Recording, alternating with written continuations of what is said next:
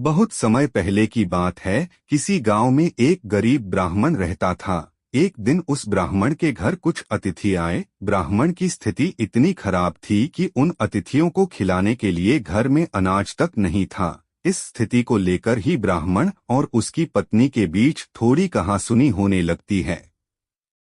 ब्राह्मणी कहती है, तुम्हें पेट भरने योग्य अनाज कमाना भी नहीं आता है। इसी का नतीजा है कि आज घर में अतिथि आ खड़े हुए हैं और हमारे पास उन्हें खिलाने के लिए कुछ भी नहीं है। इस पर ब्राह्मण अपनी पत्नी से कहता है, कल कर्क संक्रांति है, मैं कल भिक्षा लेने के लिए दूसरे गांव जाऊंगा। वहां एक ब्राह्मण ने मुझे आमंत्रित किया है। वह सूर्य देव की तृप्ति के लिए कुछ दान देना चाहता है। तब तक जो कुछ भी घर में है उसे आदर सत्कार के साथ अतिथियों के सामने रखो। ब्राह्मण की यह बात सुनकर ब्राह्मणी कहती है, तेरी पत्नी होकर मैंने कभी सुख नहीं भोगा है। न कभी खाने को मेवा-मिष्ठान मिला, न ही ढंग के वस्त्र और आभूषण। आज तू कह रहा है कि जो भी घर में पड़ा हो वो अतिथियों के समक्ष रख दो। जब कुछ है ही नहीं तो मैं उनके सामने क्या रख दूं? पड़े हैं तो बस एक मुट्ठी तिल, तो क्या अतिथियों के सामने सूखे तिल रखना अच्छा लगेगा? पत्नी की यह बात सुनकर ब्राह्मण कहता है, ब्राह्मणी, तुम्हें ऐसा बिल्कुल भी नहीं कहना चाहिए। कारण यह है कि इच्छा के अनुसार किसी भी मनुष्य को धन की प्राप्ति नहीं होती है। जरूरी है तो पेट भरना, और पेट भरने योग्य अनाज तो मैं ले ही आता हूँ। अधिक धन की चाहत अच्छी नहीं। ऐसी इच्छा का तुम्हें त्याग कर देना चाहिए। अधिक धन की इच्छा के चक्कर में मनुष्य के माथे पर शिखा बन जाती है। माथे पर शिखा वाली बात सुन ब्राह्मणी बड़े ही आश्चर्य से ब्राह्मण से पूछती हैं, अधिक धन की इच्छा में माथे पर शिखा हो जाती है? मैं कुछ समझी नहीं। जो भी कहना है खुलकर कहिए।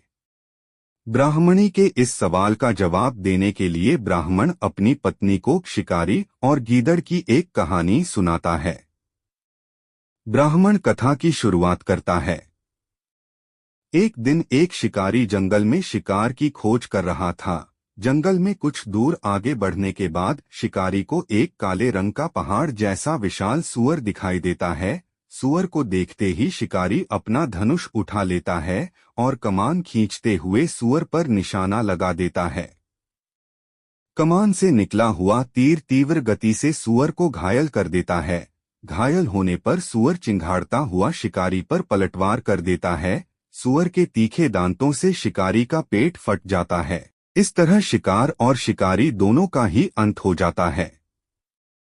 इसी बीच खाने की तलाश में भगता हुआ एक भूखा गीदड़ वहां से होकर गुजरता है, जहां शिकारी और सूअर का शव पड़ा हुआ था। बिना मेहनत इतना सारा भोजन देख गीदड़ मन ही मन बहुत खुश होता है और मन ही मन सोचता है कि आज तो ईश्वर की बड़ी कृपा हुआ, जो इतना अच्छा और अधिक भोजन एक साथ मुझे मिला है। मैं इसे धीरे धीरे और आराम से खाऊंगा, ताकि लंबे समय तक मैं इसे उपयोग में लाऊंगा। इस तरह मैं इस भोजन के साथ लंबे समय तक अपनी भूख को शांत रख पाऊंगा। इन सभी बातों पर विचार करते हुए गीदड़ सबसे पहले छोटी छोटी चीजों को खाना शुरू करता है। तभी उसे शिकारी के मृत शरीर के पास धनुष पड़ा दिखता है। गीदड़ के मन में पहले उसे ही खाने का विचार आता है और वह धनुष पर चढ़ी डोर को चबाने लगता है। गीदड़ के चबाने से धनुष पर चढ़ी डोर टूट जाती है और डोर के टूटने से धनुष का एक सिरा वेग के साथ गीदड़ के माथे को भेदता हुआ ऊपर निकल आता है। गीदड़ के माथे को भेद कर धनुष का जो सिरा गीदड़ के सिर पर निकल आता है, वह ऐसा प्रतीत होता है मानो गीदड़ के माथे पर शिखा निकल आई हो। घायल होने के कारण कुछ देर बाद गीदड़ की भी मौत हो जाती है। इतना कहते हुए ब्राह्मण कहता है, ब्राह्मणी, इसीलिए मैं कहता हूँ कि जरूरत से अधिक लोभ से माथे पर शिखा आ जाती है।